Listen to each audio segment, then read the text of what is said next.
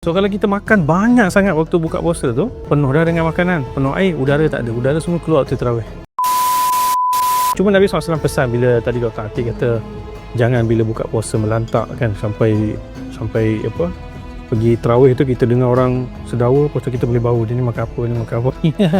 Iaitu adalah bila Nabi SAW pesan, Nabi kata tidak seorang anak Adam mengisi satu bekas yang lebih buruk daripada perutnya. Kemudian Nabi kata, cukuplah kamu makan untuk menegakkan tulang belakang. Maksudnya bukan makan sampai bongkok tulang belakang, tulang depan atau ke kanan, tapi untuk tegakkan tulang belakang. Dan Nabi kata, pecahkan perut ni kepada 3 bahagian. Satu bahagian untuk air, satu bahagian untuk makanan, satu bahagian lagi untuk apa? Aiskrim. Bukan. Satu lagi bahagian untuk udara.